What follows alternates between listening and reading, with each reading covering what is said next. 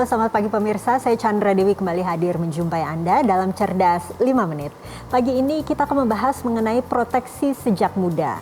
Saat ini saya telah terhubung bersama Bapak Richard Ferianto, Chief Bank Assurance Officer dari Manulife Indonesia. Selamat pagi Pak Richard.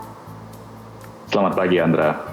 Pak Richard, kalau kita berbicara mengenai meminimalisir resiko datangnya musibah, ini sebaiknya kan kita memiliki proteksi ya Pak ya. Namun biasanya di usia muda Betul. ini banyak yang menyepelekan memiliki proteksi. Bagaimana pandangan Pak Richard? Jadi walaupun memang kita sudah berhati-hati, yang namanya musibah tetap adalah hal yang tidak bisa kita elakkan. Dan kebanyakan saat musibah datang, kita pasti mengalami rasa kecewa, sedih, dan juga kerugian secara finansial.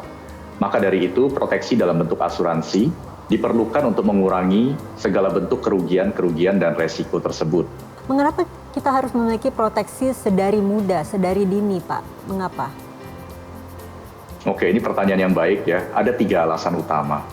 Yang pertama, mengapa penting untuk memiliki proteksi sejak muda, itu adalah premi yang ditawarkan itu lebih murah.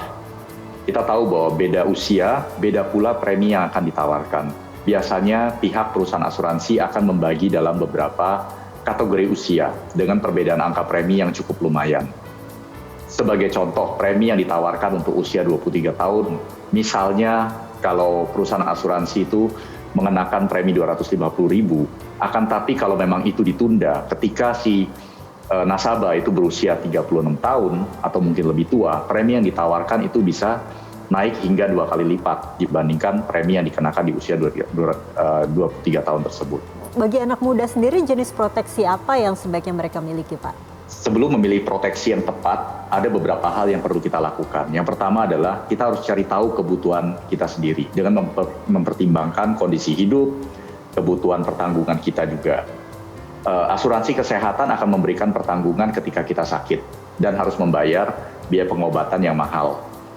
Sedangkan asuransi jiwa itu akan memberikan uang pertanggungan ketika kita meninggal. Nah, pertama kita harus tentukan dulu kebutuhan kita yang mana.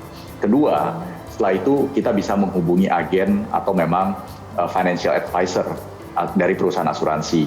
Banyak perusahaan asuransi yang menawarkan beragam produk asuransi. Cobalah berkonsultasi dengan beberapa ahli-ahli tersebut untuk mengetahui produk mana yang memang paling sesuai dengan kebutuhan kita.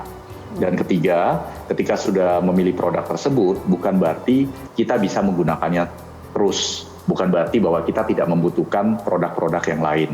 Jadi dari waktu ke waktu kita harus mengevaluasi kebutuhan asuransi tersebut.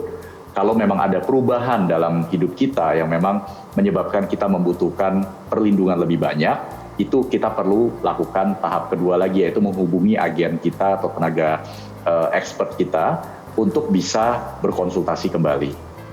Kalau berbicara mengenai produk ini Pak Richard, masih banyak yang bingung. Sebaiknya memilih untuk memiliki asuransi atau memiliki investasi. Mana yang harus didahulukan Pak? Banyak yang mengira, jadi kalau asuransi dan investasi itu bisa dilakukan salah satu saja. Jadi asuransi saja atau investasi saja. Karena memang mungkin sama-sama memiliki manfaat. Namun memang kita tahu bahwa memang bila dananya memang sangat terbatas, jadi yang sebaiknya menjadi pilihan adalah asuransi.